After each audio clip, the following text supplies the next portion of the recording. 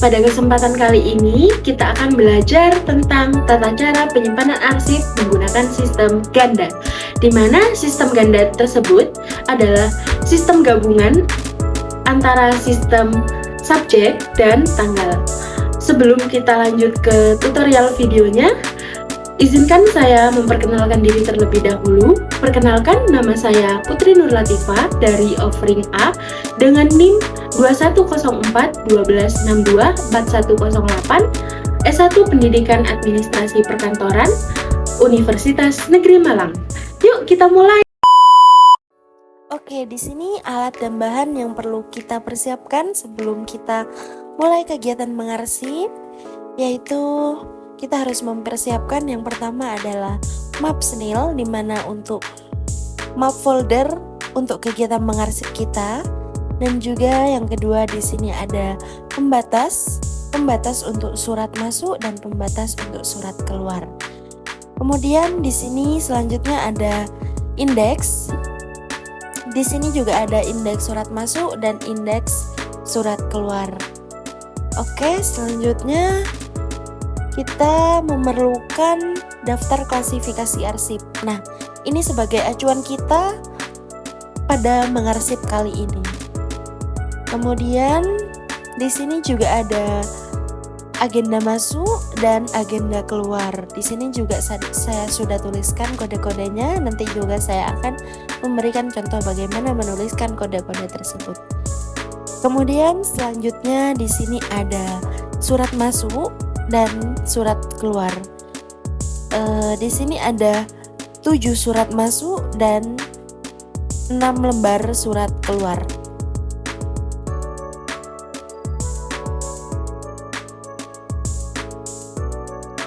Oke, yang terakhir kita memerlukan gate. Gate yang terdiri dari tiga bagian, yaitu gate primer, sekunder, dan tersier. Di sini juga sudah saya tuliskan kode-kodenya, dan juga untuk gate-nya ini terdiri dari gate surat masuk dan gate surat keluar.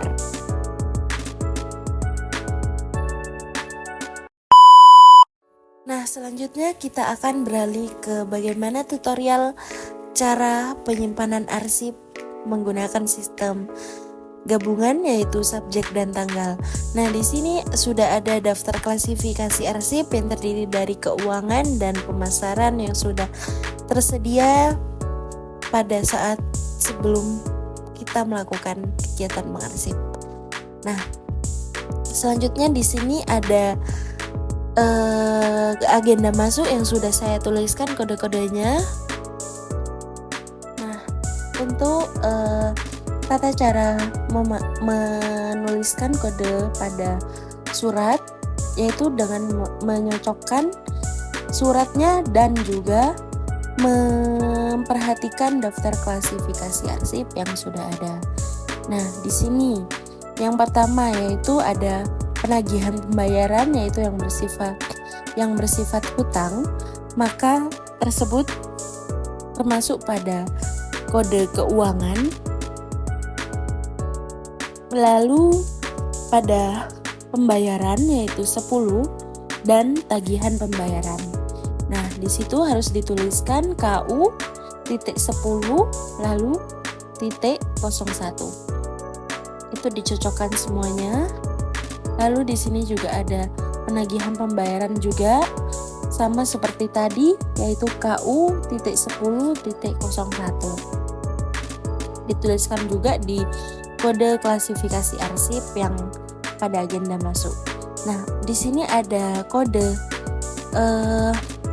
pemasaran, yaitu penawaran produk, yaitu penawaran permintaan, maka kodenya yaitu PM00 titik 02. Nah, tidak lupa juga dituliskan di suratnya dan juga dituliskan pada kode arsip. Selanjutnya yaitu di sini ada tagihan pembayaran juga atas hutang yang belum dibayar, yaitu kodenya sama seperti yang awal tadi, KU titik 10 titik 01. Tidak lupa juga dituliskan pada agenda masuknya. Nah, selanjutnya di sini ada penagihan pembayaran lagi atas hutang yang belum dibayar. Sama tulisannya, kodenya yaitu KU.10.01. Selanjutnya di sini ada penawaran untuk meminta brosur. Nah, berarti untuk kodenya yaitu kode PM lalu .00 lalu .02. Nah, selanjutnya yang terakhir di sini ada pesanan, surat pesanan. Nah, berarti kita tuliskan kodenya yaitu PM.10.01. Nah, setelah itu kita menyatukan bersamaan dengan kode klasifikasi tersebut.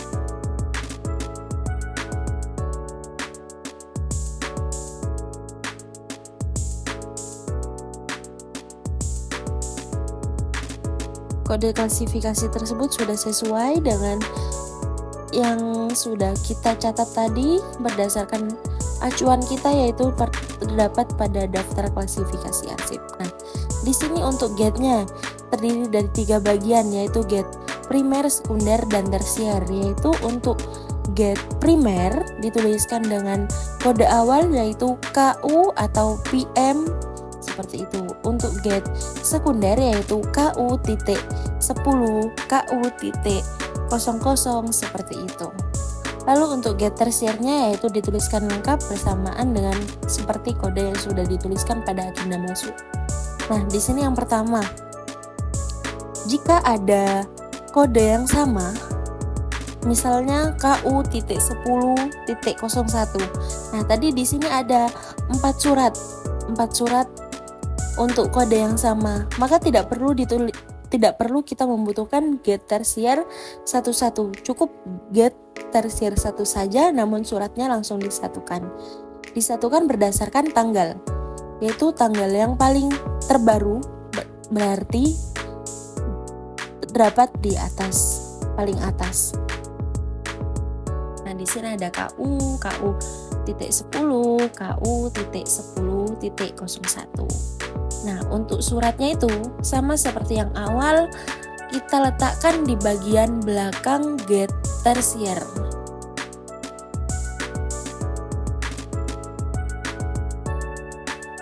Kita letakkan di bagian belakang. Lalu untuk selanjutnya di sini ada kode PM. Untuk kode PM di sini ada beberapa surat juga yang sama, yaitu ada 2 surat yang sama. Maka seperti yang tadi kita letakkan di bagian belakang gate tersier.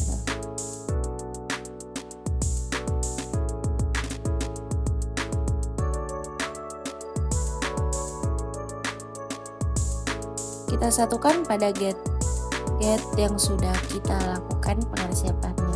Kemudian yang terakhir ada gate PM 10.01. Kita juga letakkan pada bagian belakang gate tersier yang sudah kita lakukan penyimpanannya. Kemudian diletakkan agenda masuknya. Lalu tidak lupa juga diletakkan untuk kode indeksnya di atasnya. Lalu ada pembatas untuk pembatas surat masuk. Lalu ada daftar klasifikasi arsip. Nah, lalu kita rapikan dan kita masukkan ke dalam map folder, yaitu di sini sudah siap untuk arsip agenda masuk. Selanjutnya kita akan beralih pada surat keluar. Sifatnya sama seperti tadi, acuannya yaitu pada daftar klasifikasi arsip. Di sini kita mempunyai 6 lembar surat. Sama seperti tadi, saya sudah menuliskan kode arsipnya di sini terlebih dahulu. Untuk surat pertama yaitu atas penagihan hutang sama seperti yang awal tadi, yaitu berarti kodenya KU.10.01. Oke, kita tidak lupa dituliskan pada kode arsip untuk agenda surat keluar. Kemudian selanjutnya di sini ada permintaan, surat permintaan. Berarti untuk kodenya di daftar klasifikasi yaitu berdasarkan PM.0002. Tidak lupa dituliskan pada agenda keluarnya. Kemudian yang ketiga di sini ada pemesanan barang. Untuk pemesanan barang berarti kodenya yaitu PM.10.01. Nah, disesuaikan dengan daftar klasifikasi arsipnya, lalu dituliskan pada agenda keluarnya. Lalu selanjutnya di sini ada pemesanan barang juga atas penawaran yang dilakukan. Berarti kodenya yaitu pemasaran, yaitu kode PM.10.01. Tidak lupa dituliskan pada agenda keluarnya. Lalu selanjutnya di sini ada surat keluar, yaitu tentang permintaan memberikan penawaran, meminta penawaran. Berarti kode yang kita masukkan yaitu PM.00.02.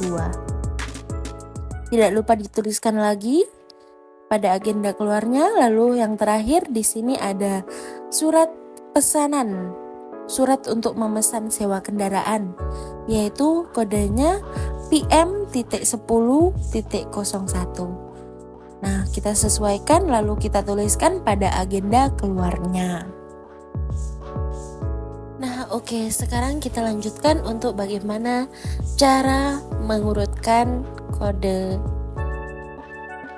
Di sini untuk kode KU sama seperti halnya yang tadi, jika ada kode yang sama, kita tidak perlu membuat get tersier yang satu-satu, yaitu hanya tinggal disatukan saja.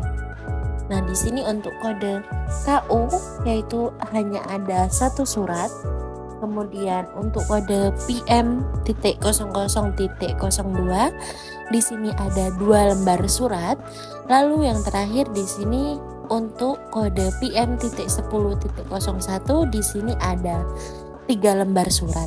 Sama seperti halnya yang tadi, kita mengurutkan berdasarkan tanggal, di mana untuk tanggal yang terbaru berarti diletakkan di bagian atas.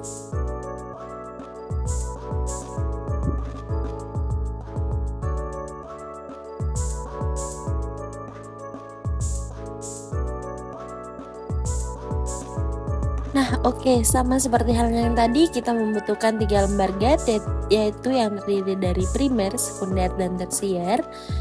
Di sini sudah saya tuliskan kode-kodenya semuanya. Lalu yang pertama di sini ada kode KU.10.01, hanya ada 1 lembar surat, kita letakkan di bagian belakang get tersier. Kemudian selanjutnya di sini ada kode PM, yaitu PM.00.02. Di sini hanya ada 2 lembar surat, yaitu kita letakkan di belakang bagian get tersier. Kita satukan bersamaan dengan get yang sudah kita susun tadi. Lalu yang terakhir di sini untuk kode PM.10.01,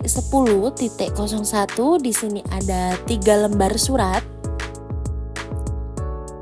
Ada 3 lembar, yaitu kita satukan dan kita urutkan, tanggal yang terbaru diletakkan pada bagian atas. Kita letakkan di belakang bagian get tersier. Lalu tidak lupa kita satukan pada dengan get yang sudah kita susun tadi. Nah, selanjutnya di bagian atas, sama seperti halnya surat masuk tadi, kita letakkan agenda keluar.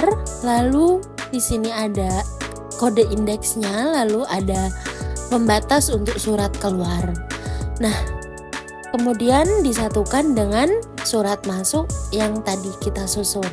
Di sini sebelah kanan saya ada surat keluar dan surat masuk.